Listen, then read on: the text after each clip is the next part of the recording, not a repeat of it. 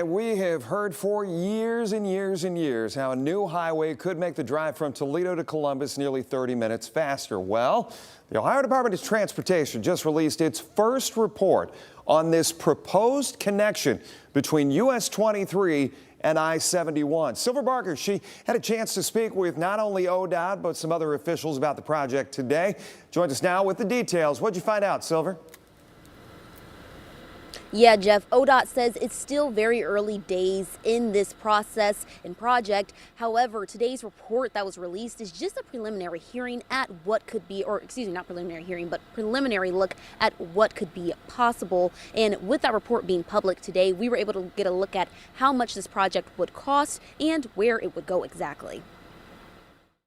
Northwest Ohio as a region has been advocating for several decades for a connector between US 23 and I-71. A connection that could be one more step closer to reality. The Ohio Department of Transportation just released a new plan for a highway that would better link Northwest Ohio to Columbus. We think that the time savings would be anywhere between 4 minutes and 22 minutes for a trip. Matt Bruning with ODOT says traffic on US 23 through Delaware County is already 30% over capacity. That's only going to get worse as that area continues to grow. And the department says while it plans to fix that area, this new proposal would certainly help. Originally, we looked at 7 routes. Patrick McCauley with ODOT says the study area went from 7 to now just 1 potential route near Ashley in Delaware County. They had to be in line with what the legislative changes were in the operating budget and the transportation budget. Now that they've got a route, their next step, community outreach in Delaware. This is something that could potentially